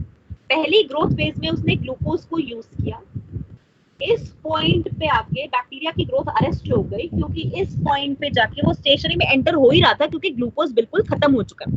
अब थोड़ा तो ग्लूकोज रिजर्व में रखेगा ना स्टेशनरी फेज को मेंटेन करने के लिए, ऐसा थोड़ी बिल्कुल ही फिनिश कर देगा, जीरो कर देगा, राइट, क्योंकि जीरो कर देगा तो डेथ फेज पे चला जाएगा। तो स्टेशनरी फेज पे भी अपने आप को मेंटेन करने के लिए ग्लूकोज को मिनिमम कंसंट्रेशन में रखते हैं हम, याद है सबको ये पॉइंट, हमने कर्व्स पढ़े हैं ना पहले भी। अब मैंने कहा इस पॉइंट पे क्योंकि ग्लूकोज खत्म है तो इसने शुरू कर दी सेकेंड ग्रोथ, और सेकेंड ग्रोथ में किसको लिया, अब यहाँ पर लैक्टोज को लिया, राइट। अब इस पॉइंट पे जाके लैक्टोज भी खत्म हो गया, लैक्टोज भी मिनिमम चला गया, अब ये किस में एंटर हो गया, it enter in the stationary. जब स्टेशनरी फेज को भी मेंटेन नहीं कर पाएगा तो ऑटोमेटिकली एंटर हो जाएगा डेथ फेज में। Everyone understood? This is the curve which is called as बेटा डाईऑक्सिक ग्रोथ कर्व। इसको हम नाम देते हैं डाईऑक्सिक ग्रोथ कर्व कि अगर हमने सेल को दो न्यूट्रिएंट कंडीशन दे रखी है तो वो पहली न्यूट्रिएंट कंडीशन को यूज करके उसको यूटिलाइज करके फिर दूसरी न्यूट्रिएंट कंडीशन को यूज करते हैं। जैसे हम नहीं पढ़ते ये कर्व, हम उसमें भी बनाते हैं, आई डोंट नो आपने बनाया है नहीं बनाया, मसल्स के अंदर, मसल्स में आप कहते हैं नॉर्मली एरोबिक रेस्पिरेशन चल रहा होता है, जैसे ही ऑक्सीजन की कैपेसिटी कम हो जाती है वहां पर ऑक्सीजन कम होने की वजह से सेल फटाफट से लैक्टोज मेटाबॉलिज्म पे चला, सॉरी हाँ, लैक्टोज बनाना शुरू कर देता है, एनारोबिक रेस्पिरेशन शुरू कर देता है, याद है प्रोसेस, राइट। तो हम कहते हैं पहले ग्लूकोज में पूरा यूज होता गया, ऑक्सीजन यूज होता गया, कोरिस साइकिल पड़ी है ना, राइट। फिर उसने क्या किया, जब बिल्कुल खत्म हो गया तो अब उसने क्या करना शुरू कर दिया, एनारोबिक रेस्पिरेशन, तो वो ताकि अपने आप को रिटेन कर सके, जितने टाइम में फिर से ऑक्सीजन आ गई फिर एरोबिक पे मूव करेगा, यही होता है ना हमारे पास। Point clear everyone? सेम उस तरीके से आपने डाईऑक्सिक ग्रोथ पढ़ी, राइट। यहाँ तक कंसेप्ट समझ आया सबको? Everyone just got this concept या कोई डाउट इसके अंदर, राइट? तब मैं इसके आगे का कंसेप्ट समझाऊंगी, positive regulation. Yes everyone, completed, got it, good, right. अब मैंने कहा बच्चे इसके अंदर देखो ये पॉइंट जो है ना मेरे पास, ये पॉइंट, इस पॉइंट पे ध्यान से देखना, इस पॉइंट पे ओके, इस पॉइंट पे मैंने ये पढ़ा, राइट, कि अब ये जो मेरे पास पॉइंट है जहाँ ग्लूकोज कम हुआ और लैक्टोज बहुत था, तो बैक्टीरियल सेल ने इस टाइम पे in the first condition, tell me that in the first condition, अभी सोचा आपने कि बैक्टीरियल सेल ने लैकोप्रोन को ऑन क्यों नहीं किया? लैक्टोज ज्यादा है ना, राइट। सर मुझे आंसर देना है यस और नो में, ठीक है? कि आपको क्या लगता है, ताकि एक पूरा फ्रेमवर्क दिमाग में बन जाए और उसको हम समझ सकें। फर्स्ट कंडीशन में लैक्टोज का कंटेंट ज्यादा है, ठीक है? लैक्टोज का कंटेंट ज्यादा होने की वजह से, राइट, लैक्टोज का कंटेंट ज्यादा होने की वजह से लैकोप्रोन ऑन हो जाना चाहिए था ना, लैक्टोज धीरे धीरे भी यूज होता रहता, तो मुझे बेसिकली डाईऑक्सिक ग्रोथ पे जाने की जरूरत ना पड़ती, राइट। सिर्फ ये कंसेप्ट समझना, इतना सारे वो पॉइंट बिल्कुल ठीक है, ग्लूकोज को यूटिलाइज करना लो एनर्जी बनाएगा, मान लो ग्लूकोज को आप ले रहे हैं सेल, लेकिन अगर परमिएज का थोड़ा बहुत अमाउंट है तो लैक्टोज को भी लेता ना, इंड्यूसिबल ओप्रोन में डालता ना, लेकिन मैंने तो कहा लैक्टोज को यूज ही नहीं किया उसने, ठीक है? कंसेप्ट मेरा समझ आया, राइट? बिल्कुल आपका मैं पॉइंट अग्री करती हूँ कि ग्लूकोज, आपने मुझे समझाया बच्चों ने कि ग्लूकोज मेरे पास एक ऐसा है जो रेडिली यूजेबल है, बड़े आराम से बैक्टीरिया लेके यूज कर लेगा, अग्री टू दैट।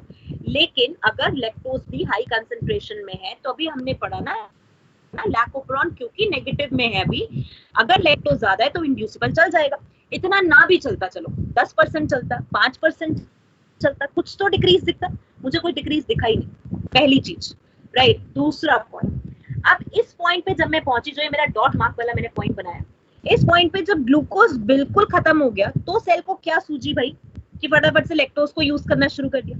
मींस कोई तो ऐसी चीज है ना सेल के अंदर जो इस सब चीजों को मैनेज कर रही है कि भाई पहले लैक्टोज यूज मत करो, बाद में जब खत्म हो जाएगा फिर लैक्टोज यूज करो। हम भी तो घर पे यही करते हैं ना, पहले अगर बाहर कोई चीज पड़ी हुई है या कोई बड़े भाई बहन के पास आपकी कोई फेवरेट चीज है ज्यादा कंटेंट में, आप कहते हो चलो पहले वो ले लेते हो, अपना कभी भी अंदर छुपाया हुआ माल नहीं दिखाते, राइट। अपने अंदर जो भी छुपाया हुआ पड़ा हुआ ना वो अंदर हमारे पड़ा रहता है रिजर्व में, जब तक बाहर का खत्म नहीं हो जाता अंदर की चीजें बाहर नहीं आती। होती है ना ये चीज लाइफ में होती है ना, राइट, क्योंकि हम ये चीज मेंटली थिंक कर सकते हैं, हमें पता है, राइट। और ये केस तो सबसे अच्छा डीमोनेटाइजेशन के टाइम पे देखा था, है ना। जब डीमोनेटाइजेशन हुआ तो सब जब नोट निकाल रहे थे 500,000 के, तो जहां जहां सेव कर रखे थे वहां थोड़े थोड़े नोट निकल के आ रहे थे। पहले तो हमारे पास कुछ भी नहीं है, बाद में एकदम से निकल के आ गए। तो वो पॉइंट यहीं पर हमें अप्लाई करना है, राइट। अब वो चीज हमारे पास क्या है देखो, इसमें हमने कहा बेटा ग्लूकोज, ध्यान से सुनना, glucose under high concentration work for negative regulation of lac operon, but at the same point glucose under low concentration cause positive regulation of lacoperon. This is where the glucose is playing the role. अब glucose is the boss now.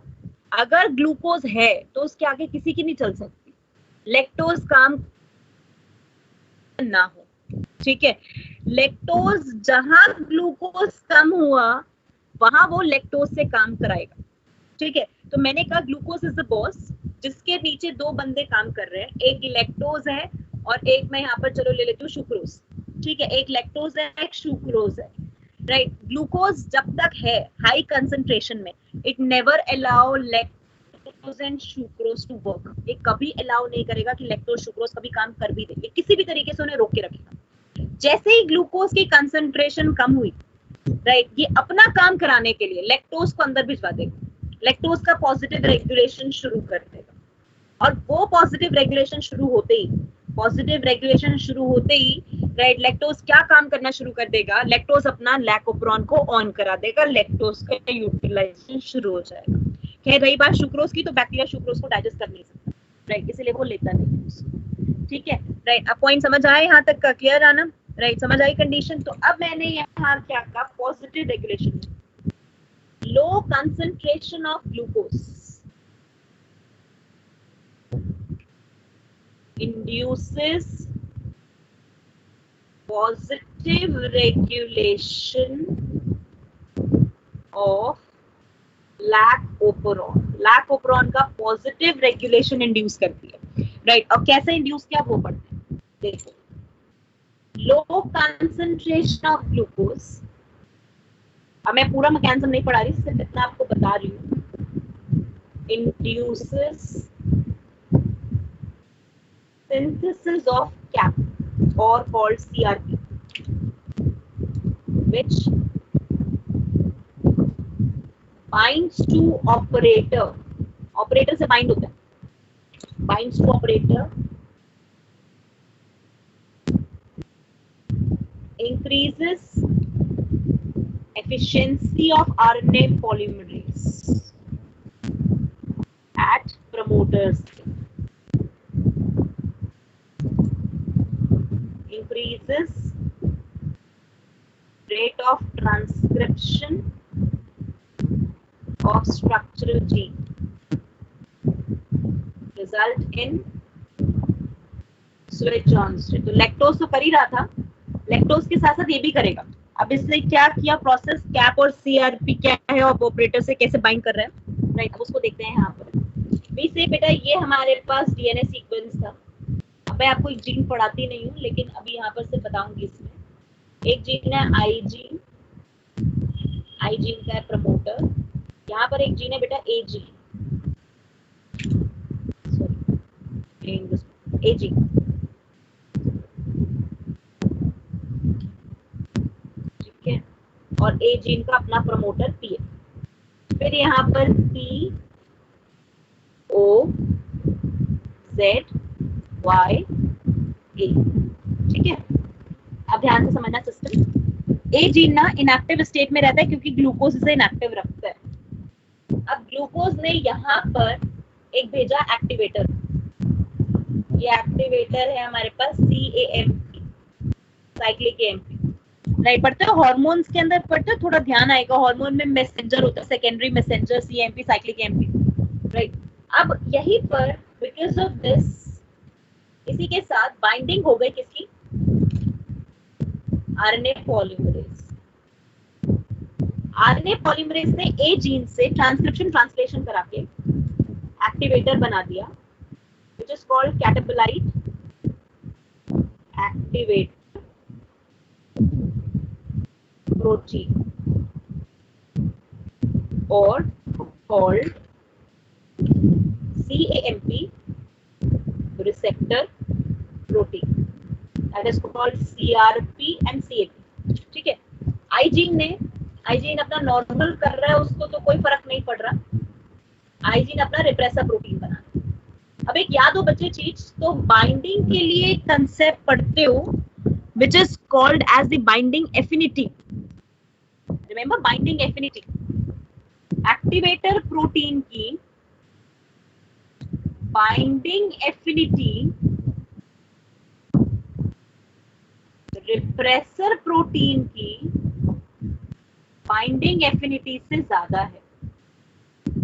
तो activator की affinity और repressor की affinity किसमें ज्यादा है, activator की ज्यादा है।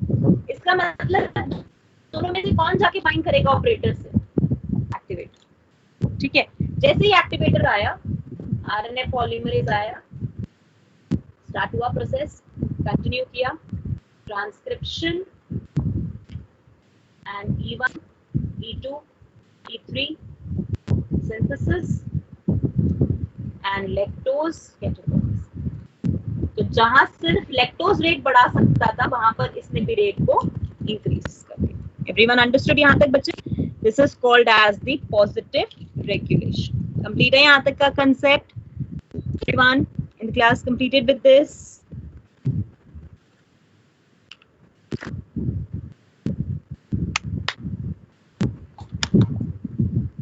राइट तो हमने कहा यहाँ पर ग्लूकोज ने CAMP as a secondary messenger भेजा, जैसे हमने एक्टिवेटर कहा, उसने जाके A प्रोटीन से एक्टिविटी शुरू कराई, शुरू कराते ही राइट एक्टिवेटर प्रोटीन बन गया, उसकी बाइंडिंग एफिनिटी रिप्रेसर से ज्यादा है, जिसकी वजह से स्ट्रक्चरल जीन का ट्रांसक्रिप्शन हो गया, ठीक है। Right that's the concept which we will define for the whole part of the positive regulation. अच्छा अब आपको यहाँ मेरे को एक लाइन में बोलूंगी, मुझे बताना, whenever an operon, any operon is under positive regulation, answer me that, whenever any operon is under positive regulation, for that the activator has to be formed by operon only or it is from the external molecule? For that activator has to be formed from the operon only or it's from the external molecule? किससे आएगा, operon से आएगा या external molecule से आएगा? Tell me guys, operon से आएगा बेटा। क्या हो गया, पॉजिटिव रेगुलेशन में आप अगर एक्टिवेटर प्रोटीन नहीं बनाओगे तो कैसे काम चलेगा? एक्टिवेटर प्रोटीन ओपरॉन से बनाया ना बच्चे, एक्सटर्नल मॉलिक्यूल ने operator protein sorry activator protein बनवाया, कोई प्रॉब्लम नहीं है, लेकिन बनाया तो सेल ने, ओपरॉन ने ना खुद, राइट। अब मैं इसे क्या समझाना चाह रही हूँ आपको, मैं ये बताना चाह रही हूँ, right. Inducible system, tell me only this concept. Inducible system occur when an inducer is a part of the cell और inducer is an external molecule. Tell me that first of all. An operon is under inducible system when the inducer is a part of a cell or external molecule. Lactose क्या है मेरे पास? Lactose part of the cell, क्या हो रहा है? Okay everyone, now see, right, lac operon ज्यादा ही पढ़ लिया क्या? राइट देखो मैंने क्या कहा यहाँ पर, ध्यान से सुनना। अगर मैंने नेगेटिव रेगुलेशन कराया, ठीक है, मैं यहाँ से स्टार्ट करती हूँ, चलो। अगर मैंने नेगेटिव रेगुलेशन कराया, नेगेटिव रेगुलेशन के लिए ओपरॉन को स्विच ऑफ करना था, ठीक है। स्विच ऑफ करने के लिए रिप्रेसर प्रोटीन चाहिए था। आप रिप्रेसर प्रोटीन कहीं बाहर से, सेल के बाहर से ढूंढ के लाए या आपने ओपरॉन से ही रिप्रेसर प्रोटीन बनवाया? ओपरॉन से ही बनवाया। यहाँ तक का पॉइंट क्लियर सबको अच्छे से? ठीक है। और ओपरॉन से रिप्रेसर प्रोटीन बना जिसकी वजह से नेगेटिव रेगुलेशन हुआ। ठीक है। अब मैं इसको कोट करती हूँ पॉजिटिव रेगुलेशन। आपने ओपरॉन को स्विच ऑन मोड में डाला, पॉजिटिव रेगुलेशन में डाला, लेकिन कब? जब आपने activator protein, that is activator protein is cap, जो यहाँ बनवाया वो ओपरॉन के खुद के जीन से बनवाया। ठीक है। तो पॉजिटिव रेगुलेशन, नेगेटिव रेगुलेशन, क्या इसे? It's a operon self system. ये लाइन ठीक है? Positive regulation, negative regulation is operon self system.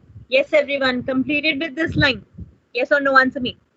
Positive regulation, negative regulation is operon self system, right? ना self है ना, उसका खुद कर रहा है ना वो काम. But inducible system work, ध्यान से, inducible system work when inducer, which is a lactose, क्या वो सेल ने बनाया था lactose? Yes, मीडियम से आया था, मीडियम से आया था ना. It work when Medium. an external, very good, external medium cause the increase in the state of transcription. अब समझ आ गया पॉइंट? इसका मतलब इंड्यूसिबल मॉलिक्यूल कोई ओपरॉन का यूनिट काम नहीं कर रहा. अगर मान लो मैं ये भी कहती हूँ चलो एक्सटर्नल मीडियम भी नहीं आया, मान लो सेल का भी पार्ट होता lactose, let us suppose allolactose cell का पार्ट है, ओपरॉन ने बनाया था? नहीं, ओपरॉन ने तो नहीं बनाया ना. अगर ओपरॉन उसको नहीं बना रहा तो हम उसको नाम नहीं देंगे कि it is going to be a inducible system. अगर इंड्यूसिबल सिस्टम तब जब ओपरॉन नहीं बनाएगा. अगर ओपरॉन बनाता तो पॉजिटिव या नेगेटिव रेगुलेशन. हो गया क्लियर है बच्चे से? Understood everyone? Done है. Positive regulation, negative inducible system, and the whole lac operon. Right, this is where we end up with the lac operon. यहाँ आपका lac operon finish हो. Right. हाँ, मैं नोट करा रही हूँ बेटा, ये पॉइंट मैं नोट करा रही हूँ एक्चुअली में, right, क्योंकि ये पॉइंट तभी आपको क्लियर होंगे. राइट, लिखो इससे में या फटाफट से. यहाँ तक नोट डाउन हो गया सबका? डन. अब ये पॉजिटिव रेगुलेशन जो लिखा था ना, इसी के नीचे एक लाइन लिखो. Lac operon is considered under positive regulation. Lac operon is considered under positive regulation. Considered under positive regulation only when, considered under positive regulation only when, only या only को जरा underline कर लेना. Only when glucose is present in minimal concentration. Only when glucose is present in minimal concentration and lactose is present in maximal concentration. Glucose is present in minimal concentration and lactose is present in maximum concentration. Maximum concentration. Lactose is present in maximal concentration. Glucose is present in minimal concentration. Full stop. The least concentration of glucose, the least concentration of glucose induces the operon activator gene. The least concentration of glucose induces the operon activator gene, induces the operon activator gene to form an activator protein,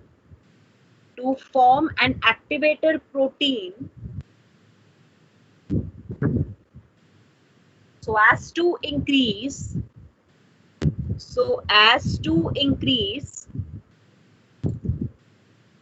rate of structural gene transcription. So as to increase rate of structural gene transcription. Rate of structural gene transcription. Transcription. Completed? Right? Everyone clear with the lac operon state? Right? अब इसी में नीचे heading डालो, types of regulation. Types of regulation. Write the heading guys, types of regulation.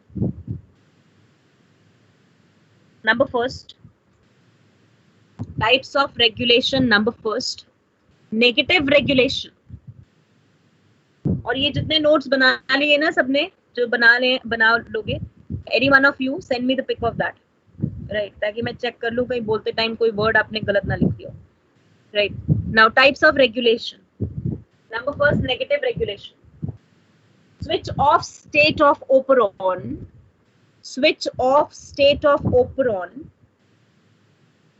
Switch off state of operon because of switch off state of operon because of repressor protein. Because of repressor protein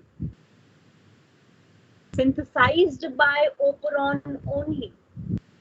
Because of repressor protein synthesized by operon only. Synthesized by operon only. Operon only. Fine. Synthesized by operon only. अब clear हुआ? Right, bracket में lac I gene याद रहेगा हमेशा, question आता है इसके ऊपर, lac I gene. Next, positive regulation. Positive regulation. Positive regulation.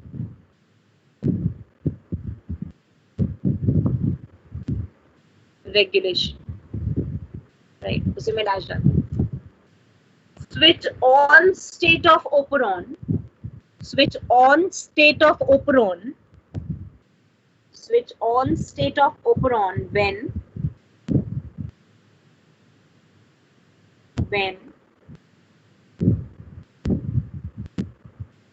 activator protein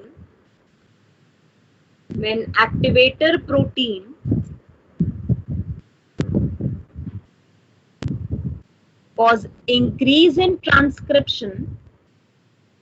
Activator protein cause increase in transcription, comma, synthesized by operon only.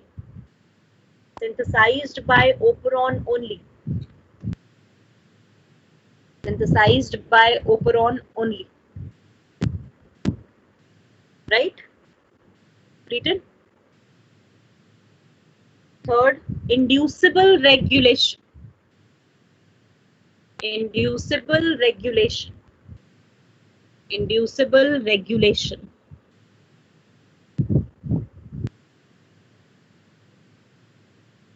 Binding of inducer to repressor protein. Binding of inducer to repressor protein. Binding of inducer to repressor protein. Catalyze. Inducer to repressor protein. Catalyze. Catalyze. Switch on state of operon. Catalyze. Switch on state of operon. Switch on state of operon. Operon. Right? Switch on state of operon. Bracket में inducer is a metabolite. Means operon का part नहीं है. It's a metabolite जो बाहर से आ रहा है. Is a metabolite. Complete यहाँ तक कोई? Right? अब fourth number डालना जो मैं समझाऊंगी ट्रिप ओपरॉन में अगली क्लास में. फोर्थ नंबर बस डाल देना जो मैं रिप्रेसिबल ओपरॉन समझाऊंगी जब मैं ट्रिप ओपरॉन पढ़ाऊंगा. यहाँ तक क्या? Lac operon everyone done? Note हो गया सब कुछ अच्छे से? राइट, क्वेश्चन लिखो फटाफट सब एंड आंसर क्वेश्चन. हाँ जी बेटा, क्या मैम इंड्यूसिबल रेगुलेशन में switch on state of operon के बाद क्या है ब्रैकेट में? मुझे नहीं पता वो मैंने क्या बोला. Inducible switch on state of the operon bracket inducer is metabolite. Inducer is metabolite. Inducer हमारे पास metabolite means not synthesized by the cell. Cell synthesize नहीं करेगा. Okay, right? Thank you. Okay dear. Now लिखो अब इसी में first question फटाफट से. NEET 2016 question है शायद ये. राइट, सेम करा रही हूँ मैं भी वो क्वेश्चन वाला, बहुत अच्छा क्वेश्चन आया। Right, what will be the product synthesized? What will be the product synthesized from lacoperon? What will be the product synthesized from the lacoperon? From the lacoperon in presence of lactose? What will be the product synthesized by lacoperon in the presence of lactose when nonsense mutation occur at LAC-Y gene?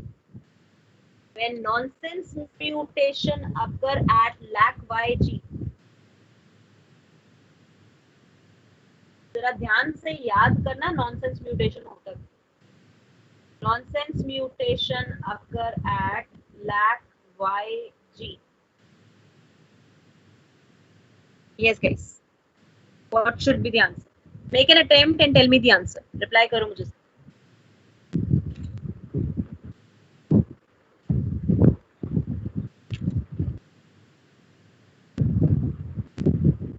अच्छा, पहले nonsense बताओ जरा, होता क्या है? नाम से याद होना चाहिए, इसका इतना फनी नेम है जो को याद रहता है हमेशा। हाँ जी, नॉनसेंस म्यूटेशन किसे कहते हैं बेटा?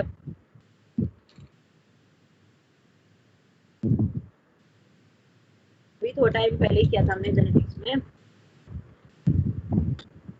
No protein synthesis, very good. Stop codon में चेंज हो जाता है when a normal codon changes into the stop codon, ठीक है, उसे आप कहते हो नॉनसेंस म्यूटेशन। अब आंसर बताओ फटाफट से, क्या बनेगा?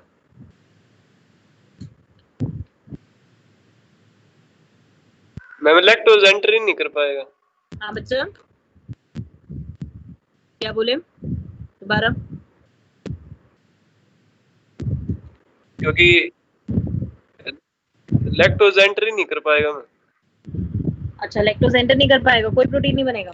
नहीं, मैंने तो लिखा है वहां पर क्वेश्चन में। क्योंकि वाई जो लैक वाई जीन है उसमें परमिएज एंजाइम होता है। परमिएज थोड़ा तो होता ही है ना, परमिएज थोड़ा तो होता ही है। एलोलैक्टोज है ना सेल के अंदर, पहले भी तो एंटर कराया था, थोड़ा कंटेंट तो परमिएज का प्रेजेंट ही है। प्रोडक्ट क्या बनेगा? मुझे प्रोडक्ट बताओ बस, प्रोडक्ट क्या बनेगा?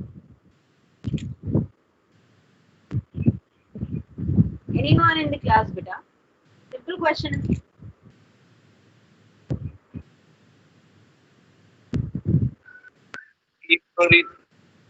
Three enzyme.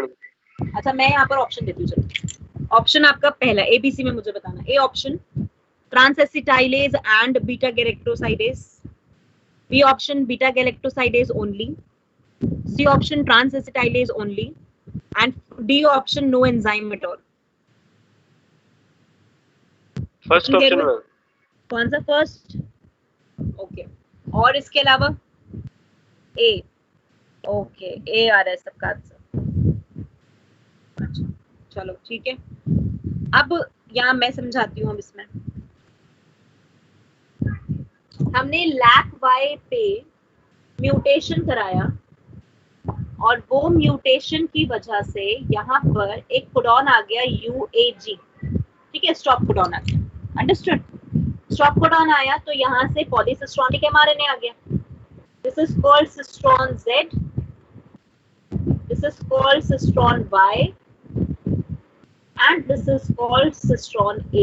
Am I right guys? ठीक है ना, पॉलीसिस्ट्रॉनिक आ गया। यहाँ मैंने राइबोसोम को बाइंड कराया और यहाँ मेरे पास एक कोडॉन है which is UAG, ठीक है। अब क्योंकि मैं यहाँ पर कहती हूँ, यहाँ से राइबोसोम आना शुरू हुआ, LAC-Z पे गया, LAC-Z पे गया तो मेरे पास ये पॉलीपेप्टाइड आ गई which become beta galactosidase, right. अब क्योंकि यहाँ नॉनसेंस म्यूटेशन जो बीच में थी, एब्रप्ट म्यूटेशन, तो यहाँ से तो परमिएज बना नहीं, क्योंकि ये तो मेरे पास नो परमिएज की सिंथेसिस हुई। लेकिन क्योंकि ये सिस्ट्रॉन को पूरा क्रॉस नहीं कर पाया राइबोसोम, तो पॉलीसिस्ट्रॉनिक होने की वजह से बेटा ये आगे भी नहीं जा पाया राइबोसोम। स्टॉप कोडॉन आ गया ना, वहीं पर हर्डल आ गया। पॉलीसिस्ट्रॉनिक का यही तो मीनिंग होता है।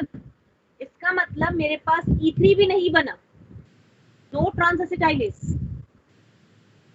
समझ आया कैसे मैंने कहा नो ट्रांसएसिटाइलेज, राइट? तो I have the synthesis of only मेरे पास किसकी beta synthesis? Only beta galactose very good, beta galactosidase. Beta galactose question अब समझ आया? Now tell me same question, missense mutation at LAC-YG। अब थोड़ा सा हिंट मिल जाएगा इस आंसर के लिए। Missense mutation at LAC-YG, missense mutation क्या होता है? What is the missense mutation? ये म्यूटेशन से लिंक्ड क्वेश्चन है।